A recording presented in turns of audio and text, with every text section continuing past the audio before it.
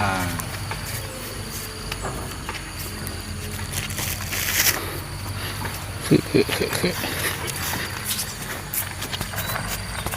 ยฮะเปะ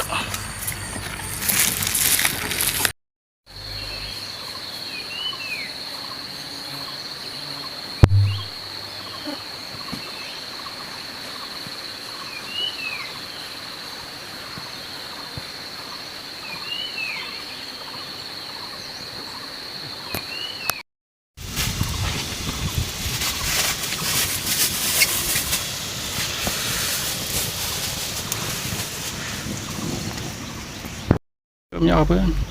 ยาวเพื่อนถ้ามันก็ถึงกูไกลเพื่อนกลางมาเท่ายังเท่าทีเพื่อนนอเนี่ยนะแล้วพามันนี่ก็กูไกลตะกันคือพามันคือมัน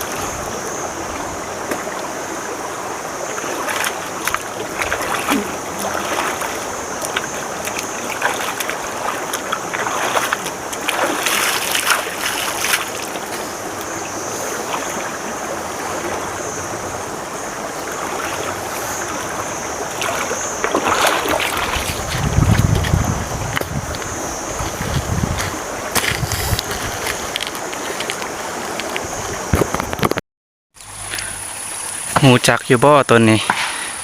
ตัวนั้นนี่ละอันเขาเจ้าว่าคนเวียดนะไปถ่ายนัก แล้วก็เห็นเอาใบนี้มาเซ็ต ใบไม้เมืองลาวมีการต่อสู้อย่างดูเดือดโอ้อันตรายขนาดเด้อตัวนี้นะ